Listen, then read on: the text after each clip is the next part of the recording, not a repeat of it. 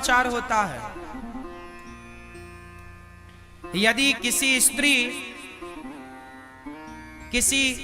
कोई स्त्री यदि दिन में गर्भवती हो गई, बात समझिएगा, शास्त्रोक्त बात बोल रहा हूं, आप कुछ भी समझें। यदि कोई स्त्री दिन में गर्भवती हो गई तो लिख लो, जो स्त्री दिन में गर्भवती हुई है तो दिन में जो गर्भ स्थापित हुआ है वो बच्चा माँ बाप का और समाज का बहुत बड़ा, समाज को और माँ बाप को हानि पहुंचाएगा। दिन में शाम के समय यदि स्त्री गर्भवती हो गई तो वो नालायक ही होगा, लिख लो।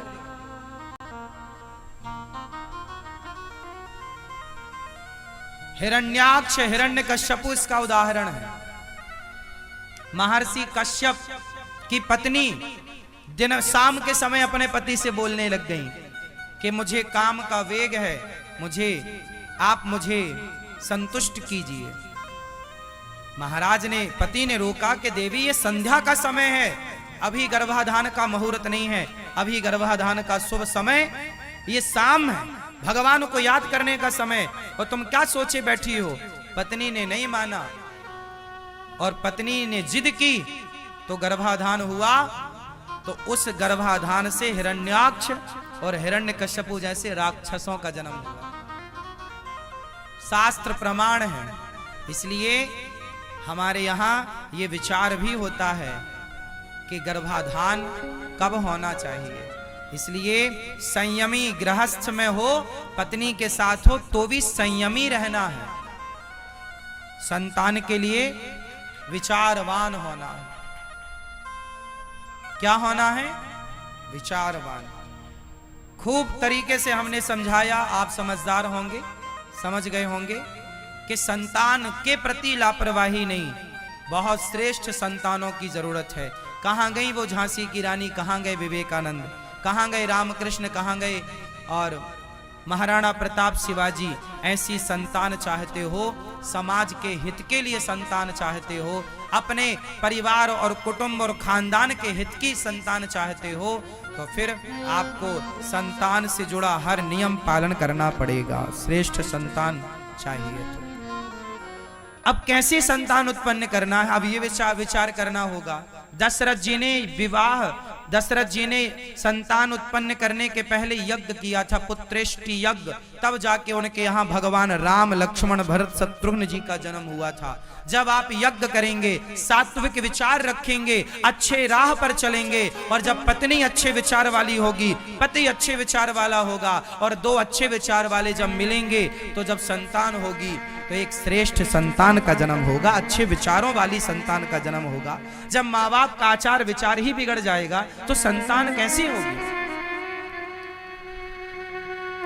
आप विचार तो करो, माँ बाप के ही तो लक्षण आएंगे ना बच्चों में। माँ बाप से मिलकर ही तो संतान का निर्माण होता है। बोलो हाँ या ना? तो फिर माँ बाप के जैसे विचार होंगे। माँ बाप में यदि कोई बीमारियां होती हैं तो वो भी बच्चों में आती हैं, पता है आपको? मेडिकल साइंस कहता है कि माँ बाप की बीमारियां कोई हैं तो वो बच्चों में आएंगी। बोलो हाँ, हाँ या ना? फिर यदि माँ बाप में बीमारियां हैं तो वो बाप दादों से बीमारियां यदि बच्चों में आ गई तो बाप दादों के, माँ बाप के संस्कार और आचरण क्यों नहीं बच्चे में आएंगे? पूरे पूरे आएंगे। इसलिए अच्छे आचरण वाले माँ बाप हों, अच्छे विचारधारे वाले, अच्छा विचारधारा वाले माँ बाप हों। माँ बाप को चाहिए कि अच्छे बनो। विवाह क्यों होता है? बढ़िया होता है, करो विवाह, यज्ञ करो, अनुष्ठान करो, भगवत चिंतन करो। पति पत्नी शादी होए तो वृंदावन आओ, बिहारी जी का आशीर्वाद लो, कथा सुनो, संतों का आशीर्वाद लेकर अपनी गृहस्थी की शुरुआत करनी चाहिए। लेकिन आजकल के नए जोड़ा जोड़ी, लड़का लड़की सीधा बड़ी बड़ी होटलों में जाके, बड़े बड़े शहरों में, बड़े बड़े देशों में, जो जिसकी हैसियत है वहां जाता है और अपना वहां हनीमून मना रहे हैं। अरे शादी ब्याह कियो हो, नई गृहस्थी स्टार्ट हो रही है तो आशीर्वाद लो। तुमने शराबियों के, शराबी तुम्हारा मौसा, शराबी तुम्हारा फूफा, उन शराबियों का तुम आशीर्वाद लिए हो, शराबी तुम्हारे रिश्तेदार, वो आशीर्वाद तुम्हें देंगे तो खाक तुम्हारी संतान अच्छी होगी। नशेड़ियों से तो तुमने आशीर्वाद लिया है। अरे जाओ संतों से आशीर्वाद लो, तीर्थों में आओ साधुओं से संतों से आशीर्वाद, भगवान का दर्शन करो, पत्नी पति दोनों जाओ भगवान बिहारी जी का दर्शन करो, बिहारी जी की परिक्रमा लगाओ, वृंदावन की परिक्रमा लगाओ, गिरिराज जी की परिक्रमा लगाओ और गिरिराज जी से प्रार्थना करो, हे गिरिराज जी हमारा विवाह हुआ है, इस जोड़ी को आशीर्वाद दीजिए और ऐसी संतान दीजिएगा जो राष्ट्र के काम आए, समाज के काम आए। हे प्रभु ऐसी कृपा, अच्छी संतान चाहो तो अच्छी मिलेगी। अब आप लोग तो बस हो जाए कैसी भी, तो आजकल के बच्चे हो तो रहे हैं पर किस काम के हैं। ऐसे बच्चे हो रहे हैं जो अपनी माँ को लेके वृद्धाश्रम छोड़ने आए हैं, ये बच्चे हो रहे हैं। ये सब वही बिना यज्ञ वाले हैं, बिना अनुष्ठान के हो तो जाएंगे पर तुम्हें ही छोड़ाएंगे वृद्धाश्रम। ना गिलास भर पानी का आसरा होगा, ना रोटी दो रोटी का आसरा होगा। तो संतान, ऐसी संतान पैदा करने से भी लाभ क्या मेरी माँ? तुमने व्यर्थ में ही प्रसव का दर्द उठाया है, व्यर्थ में ही तुम पेट पकड़ के रोई हो। अरे पेट पकड़ा ही था, बच्चा पैदा किया ही था तो ऐसा पैदा करती जो राष्ट्र के काम आता, समाज के, देश के काम आता। ऐसे बच्चे काहे पैदा कर लिए कि तुम्हें कोई छोड़ने वृद्धाश्रम चलाया? ऐसे बच्चे नहीं चाहिए। कैसे चाहिए आपको? जननी जने तो भक्त जने, या दाता या सूर, या से तो बंध्या भली, काहे गवावे नूर। कैसी संतान चाहते हो आप लोग? लायक या नालायक? जोर से। तो लायक संतान का जन्म कैसे होगा? जब माँ बाप लायक होंगे, आपकी शुरुआत अच्छी होगी, अच्छे विचार वाले होंगे। अब शादी के पहले लड़की के 4 बॉयफ्रेंड हैं, शादी के पहले लड़कों की 8 गर्लफ्रेंड हैं। अब ये 8 गर्लफ्रेंड वाला और 4 बॉयफ्रेंड वाली अब ये शादी करेंगे और इनकी जब संतान होगी तो इसका बच्चा 16 साल में 20 गर्लफ्रेंड बनाएगा और इसकी छोरी तो 25 बनाएगी। भाई तुम माँ बाप भी तो ऐसे बनाते थे। जब तुमने गर्लफ्रेंड बॉयफ्रेंड बनाया है तो तुम्हारी औलाद ही तो है वो, फिर वो कितने बनाएंगे? जब आज 2024 में तुम्हारे 8-10 हैं तो वो उसके पैदा होते होते तो 2040 और 50 चालू होगा। उस जमाने का क्या होगा? उस जमाने में 10-20 से थोड़ी, उस जमाने में तो आए दिन नए गर्लफ्रेंड नई बॉयफ्रेंड होगा। तो जैसे माँ बाप, भाई बबूल का बीज गिरेगा तो बबूल ही तो पैदा होगा, और आम की गुठली यदि गिरेगी तो आम ही ना पैदा होगा। भाई जो बीज होगा वही ना फसल तैयार होगी। पेड़ बोए बबूल का तो आम कहां से आए? गाय का बच्चा गाय ही होगा, गाय का बछड़ा वो गौवंशी ही कहलाएगा और भैंस का भैंसा ही कहलाएगा, गीदड़ का गीदड़ ही कहलाएगा और शेर का शेर ही कहलाएगा। इसलिए आप जैसे विचारधारा वाले होंगे उस विचारधारा वाला बच्चा पैदा होगा। आप तय करिए कि आपको संतान कैसी चाहिए, जैसी चाहिए वैसे आचरण अपने बना लो। कितने लोग मेरी इस बात से सहमत हैं कि जैसे आचरण वाले माँ बाप होते हैं लगभग वही आचरण वाले बच्चे, उन पर पूरा पूरा प्रभाव। बताओ माँ बाप का प्रभाव बच्चों में पड़ता है या नहीं? हाँ या ना? जोर से। तो शादी के बाद कहां जाना चाहिए? संतों का आशीर्वाद लो, अच्छे लोगों का, माता पिता का आशीर्वाद, अच्छे आचरण वाले बनो। किस किस को बात समझ आ गई?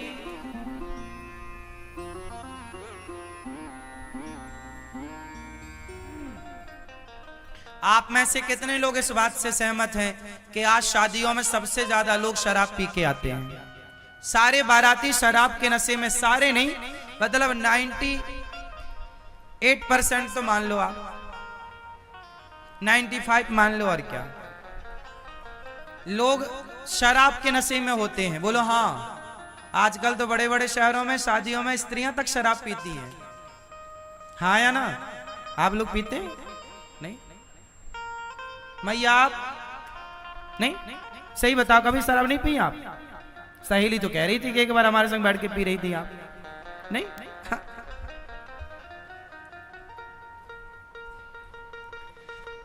आजकल शादियों का मतलब शराब हो गया है।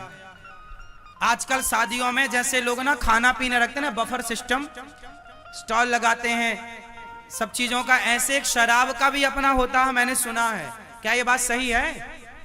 शराब का भी एक स्टॉल होता है जहां लोग जाके अपना शराब पीते हैं, शादी में आए हैं। अब ये शराब पीकर वर वधू को आशीर्वाद देंगे। ऐसे लोगों का आशीर्वाद लो ही मत। नालायकों का आशीर्वाद क्या चाहिए? ऐसे शराबी तुम्हें आशीर्वाद देंगे तो तुम्हारी औलाद कैसी होगी? नालायकों का आशीर्वाद भी नहीं लेना चाहिए। क्यों? आप बताओ। आशीर्वाद उनका लिया जाता है जो अपने से श्रेष्ठ आचरण वाले हों, क्योंकि आशीर्वाद जो हमें देते हैं उनका आचरण हम पे आता है। इसलिए माता पिता के चरण छुए जाते हैं ताकि माँ बाप के संस्कार हम पर आए। बड़ों के पांव, गुरु के पांव छुए जाते हैं ताकि बड़ों का आचरण हमारे जीवन में आए, उनकी तरह बने। अब शराबियों के आशीर्वाद से आप क्या बनोगे? आप ही बताओ, विचार करो, कर लो विचार। शराबी आशीर्वाद देंगे तो क्या बनेंगे आप?